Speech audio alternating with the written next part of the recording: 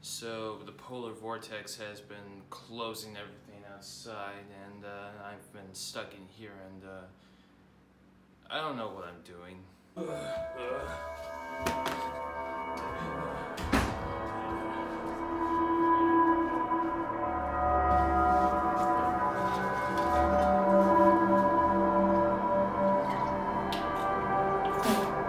Brighten up.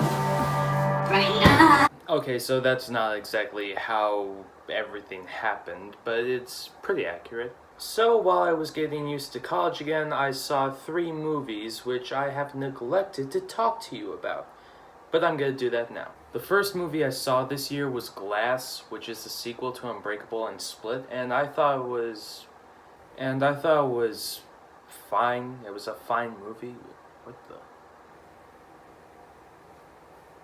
How skin tight is this? So I'm very in the middle on Glass. It has great performances by James McAvoy and Sam Jackson, intriguing story, good cinematography. There are, however, elements that I didn't really get into, like Bruce Willis didn't feel like he was completely trying enough. Most of the acting, aside from McAvoy, Jackson, even Willis at times, ranges from good to okay-ish, if I'm being positive. There are some intentionally funny scenes, but there are also unintentionally funny scenes. Like, there's a scene where a character is drowning and the guy drowning him is just like pounding his head into the water while he's doing it, and everybody in the theater laughed. So, yeah.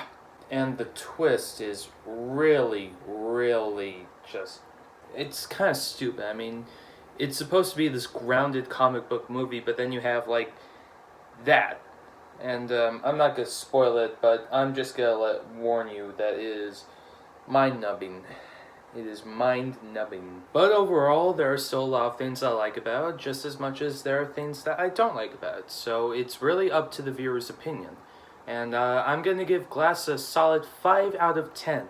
The second movie I saw this year was a Netflix documentary called Fyre, which is about the famous clusterfuck known as the Fyre Music Festival. This one is really interesting because the guy who made this documentary actually went to the college that I'm going to now, so I have a bit of investment towards it.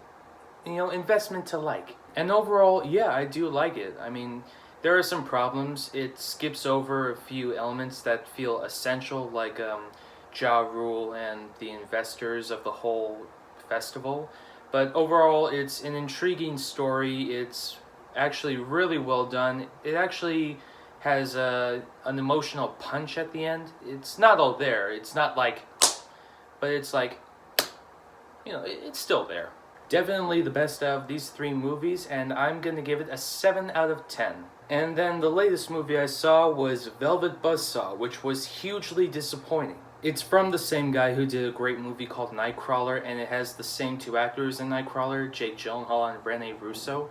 And off the bat, it has a critique is so limiting and emotionally draining. And off the bat, it has a very unique premise about this, like, demon in all these paintings killing off people who let their greed get over their passion for art. But, it's boring. It took a lot to get through.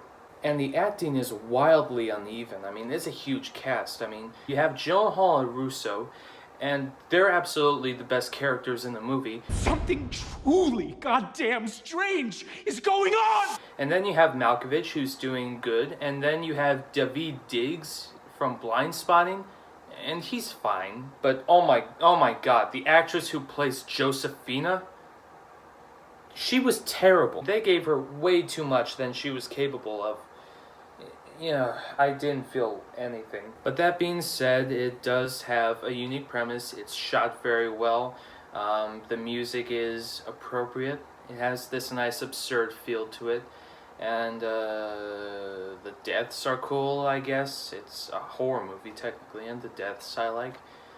But I really expected more with this. So, yeah, worst movie I saw all year, but seeing as how we're barely starting February, it's not much of a thing to say.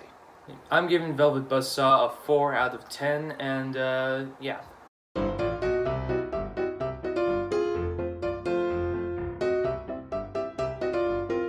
Just so you know, these 3 movies that I talked about are the first on a Films of 2019 list on the website Letterboxd.